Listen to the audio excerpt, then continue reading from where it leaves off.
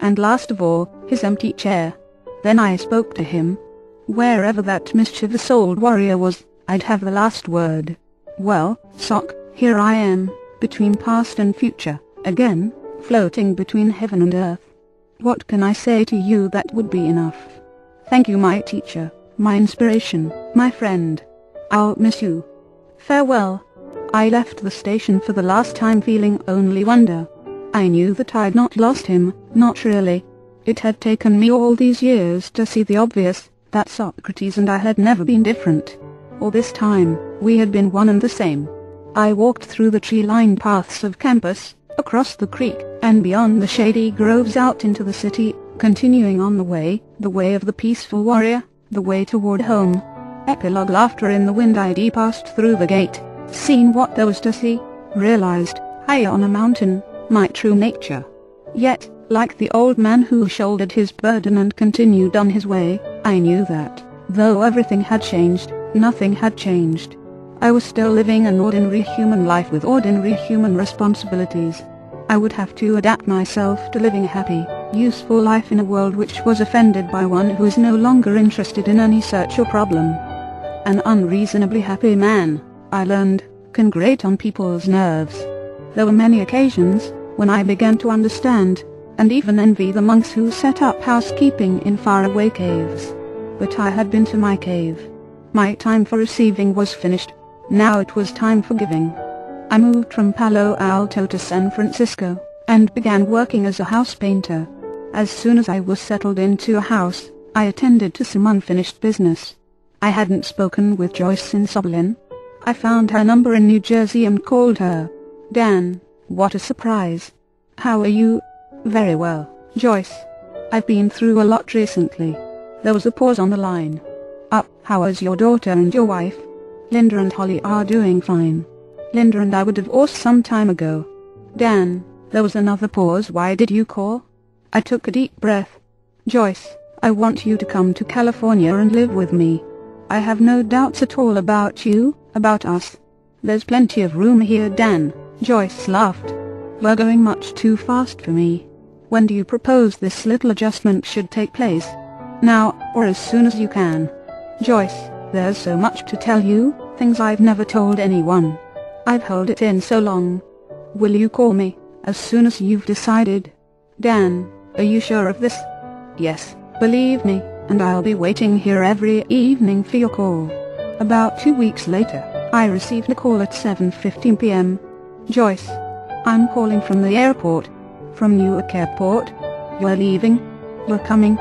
From San Francisco Airport. I've arrived. For a moment, I didn't get it. San Francisco Airport? Yes, she laughed. You know, that landing strip south of the city? Well, are you going to meet me, or shall I hitchhike? In the days that followed, we spent every free moment together. I'd quit my painting job, and was teaching in a small gymnastics studio in San Francisco. I told her about my life, much as is written here, and all about Socrates. She listened intently. You know, Dan, I get a funny feeling when you tell me about that man, as if I know him. Well, anything's possible, I smiled. No, really, like I knew him. What I never told you before, Danny, is that I left home just before starting high school. Well, I responded, that's unusual, but not too strange. The strange part is that the years between my leaving home and coming to Oberlin are a complete blank in my memory. And that's not all. At Oberlin, before you came, I remember having dreams, very strange dreams, about someone like you, and about a white-haired man. And my parents, Danny. Her large, luminous eyes opened wide, and filled with tears. My parents always called me by my nickname. I held her shoulders and looked into her eyes. In the next moment, like an electric shock, a place in our memories opened up as she said, my nickname was Joy. We were married among our friends, in the mountains of California. It was a moment I would have given anything to share with the man who had begun it all, for both of us. Then I remembered the card he had given me, the one I was to use, if I ever really needed him. I figured now was the time. I slipped away for a moment, and walked across the road to a small mound of earth, overlooking the woods and rolling hills. There was a garden there with a single elm tree, almost hidden among the grove arbors.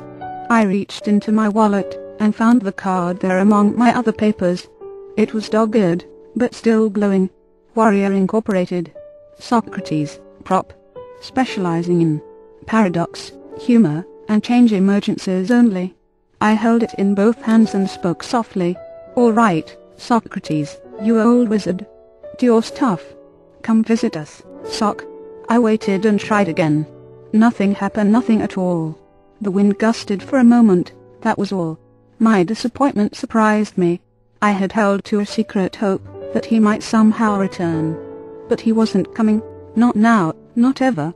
My hands dropped to my sides, and I looked down at the earth. "Goodbye, Socrates. Goodbye, my friend." I opened my wallet to slip the card back in, glancing again at its lingering glow. The card had changed. In place of emergencies only was a single word, glowing brighter than the rest. It said, happiness. His wedding gift. In that moment, a warm breeze caressed my face, mussed my hair, and a falling leaf slapped my cheek as it floated down from the elm. I threw my head back, laughing with delight, and looked up through the elm's outstretched branches, into the clouds drifting lazily by. I gazed above the stone fence, out over the houses dotted in the green forest below. The wind gusted again, and a lone bird soared by. Then I felt the truth of it. Socrates hadn't come, because he had never left. He was only changed. He was the elm above my head. He was the clouds and the bird and the wind. They would always be my teachers, my friends. Before walking back to my wife, my home, my friends, and my future, surveyed the world around me. Socrates was here. He was everywhere. Final notes: a book can inspire, expand perspectives, remind us of the truth we already know, but real transformation entails a whole life of practice. The life and practice of the peaceful warrior is action being useful to others. In the eyes of spirit, little things count. What you give, you receive. Doing is understanding. And you can do anything, when you find the heart for it, and the courage. Of course we make mistakes, it's how we learn. They're all in training. Life can be difficult. What an opportunity. The light will disturb us when we're comfortable, and comfort us when we're disturbed. We turn to our spirit for help when our foundations are shaking, only to find that it is spirit who is shaking them. I am not special, we all have our Socrates. He's your higher self. So be guided by the best that's within you. In any moment you can ask, what would my high self do, and you'll know the right course. Trust yourself, trust the process, that is your life. You're the spiritual being you've been waiting for. It's said that there's one journey but many paths. Here's wishing you well on your own path, on the journey without distance we travel together.